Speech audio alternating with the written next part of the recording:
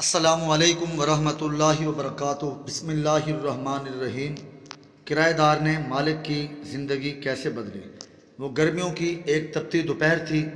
دفتر سے میں نے چھٹی لی ہوئی تھی کیونکہ گھر کے کچھ ضروری کام نمٹانے تھے۔ میں بچوں کو کمپیوٹر پر گیم کھیلنا سکھا رہا تھا کہ باہر بیل بجی۔ کافی دیر بعد دوسری بیل ہوئی تو میں نے جا کر دروازہ کھولا۔ سامنے میری ہی عمر کے ایک صاحب کھڑے تھے۔ السلام علیکم۔ انہوں نے نہایت مہذب انداز میں سلام کیا۔ پہلے تو میرے ذہن میں خیال گزرا کہ یہ کوئی چندہ وغیرہ لینے والے ہیں۔ ان کے چہرے پر داڑھی خوب سج رہی تھی اور لباس سے وہ چندہ مانگنے والے ہرگز نہیں لگ رہے تھے۔ جی فرمائیے، میں نے پوچھا۔ آپ طاہر صاحب ہیں؟ جی، میں نے مختصر جواب دیا۔ وہ مجھے رفیق صاحب نے بھیجا ہے۔ غالباً آپ کو کرایہ دار کی ضرورت ہے۔ ہاں، مجھے اچانک یاد آیا کہ میں نے دفتر کے ایک ساتھی طاہر کو بتایا تھا کہ میں نے اپنے گھر کا اوپر والا پورشن کرایہ پر دینا ہے۔ اگر کوئی نیک اور چھوٹی سی فیملی اس کی نظر میں ہو تو بتائے، کیونکہ دفتر کی تنخواہ سے خرچے پورے نہیں ہوتے۔ مجھے افسوس ہوا کہ میں نے اتنی دھوپ میں کافی دیر اسے باہر کھڑے رکھا۔ اسے 6 ماہ کے لیے مکان کرائے پر چاہیے تھا کیونکہ اپنا مکان وہ گرا کر دوبارہ تعمیر کروا رہے تھے۔ میں نے 3000 کرایہ بتایا لیکن بات 2000 پر پکی ہو گئی۔ وہ چلا گیا تو مجھے افسوس ہونے لگا کہ کرایہ کچھ کم ہے گو اوپر صرف ایک چھوٹا سا کمرہ، کچن اور باتھ روم تھا۔ مجھے اپنی بیوی کا دھڑکا لگا ہوا تھا کہ اسے معلوم ہوگا تو کتنا جھگڑا ہوگا، اور وہی ہوا۔ بقول اس کے 2000 تو صرف بچوں کی فیس ہے۔ مجھے اس نے کافی برا بھلا کہا اور میں چپ چاپ سنتا رہا اور اپنی قسمت کو کوستا رہا۔ میں نے MSc بہت اچھے نمبروں سے پاس کیا تھا، اس لیے فوراً نوکری مل گئی۔ نوکری ملی تو شادی بھی فوراً ہو گئی۔ میری بیوی بہت پڑھی لکھی تھی، وہ بھی ایک انگریزی اسکول میں پڑھاتی تھی۔ ہمارے 3 بچے تھے مگر گزارا مشکل سے ہوتا تھا۔ اگلے ہی دن وہ صاحب اور ان کی بیوی بچے ہمارے گھر شفٹ ہو گئے۔ ان کی بیوی نے مکمل شرعی پردہ کیا ہوا تھا۔ دونوں بڑے بچے بہت ہی مہذب اور خوبصورت تھے۔ چھوٹا گود میں تھا۔ کچھ دنوں بعد ایک دن میں دفتر سے آیا تو میری بیوی نے بتایا کہ میں نے بچوں کو کرایہ دار خاتون سے قرآن مجید پڑھنے کے لیے بھیج دیا ہے۔ اچھا پڑھاتی ہیں، ان کے اپنے بچے اتنی خوبصورت تلاوت کرتے ہیں۔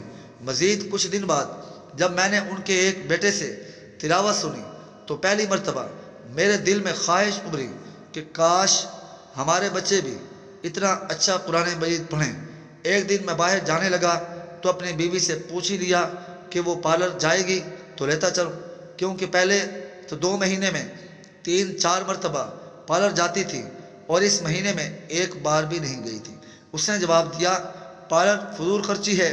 جتنی خوبصورتی چہرے پر 5 بار وضو کرنے، نماز اور تلاوت سے آتی ہے، کسی چیز سے نہیں آتی۔ اگر زیادہ ضرورت ہو تو گھریلو استعمال کی چیزوں سے ہی چہرے پر نکھار رہتا ہے۔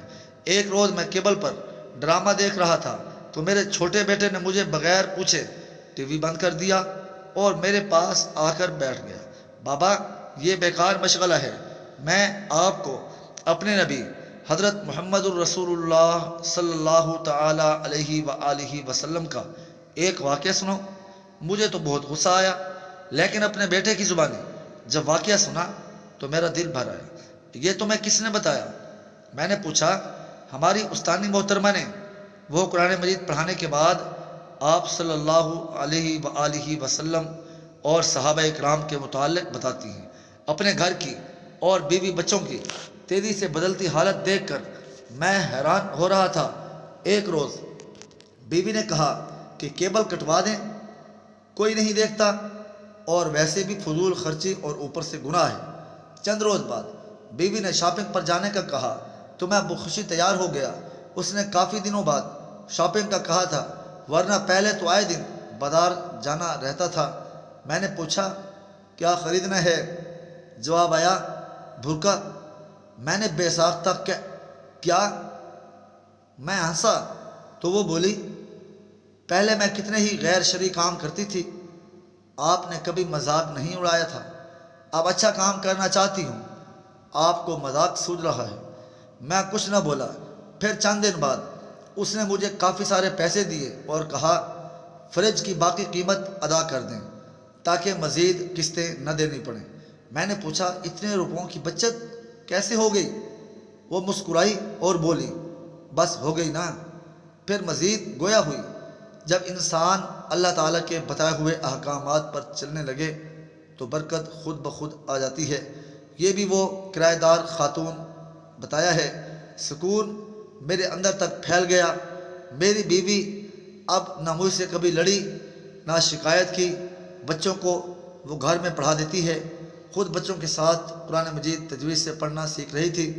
وہ خود نماز پڑھنے لگی تھی اور بچوں کو سختی سے نماز پڑھنے بھیجتی۔ مجھے احساس ہونے لگا کہ نجات کا راستہ تو یہی ہے، بس پیسہ اور آرائش سکون نہیں دیتا، اطمینان تو بس اللہ کی یاد میں ہے۔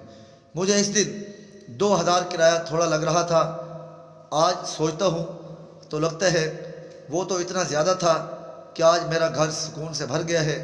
قابل قدر قارئین کرام، المختصر اور مقصود تحریر یہ ہے کہ کیا مجھ گناہ گار اور میرے گھرانے سمیت ہم سب کو بھی کسی ایسے کرایہ دار کی ضرورت تو نہیں؟ سوچئے گا ضرور۔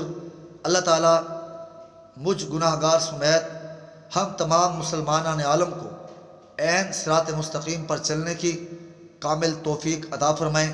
آمین ثم آمین۔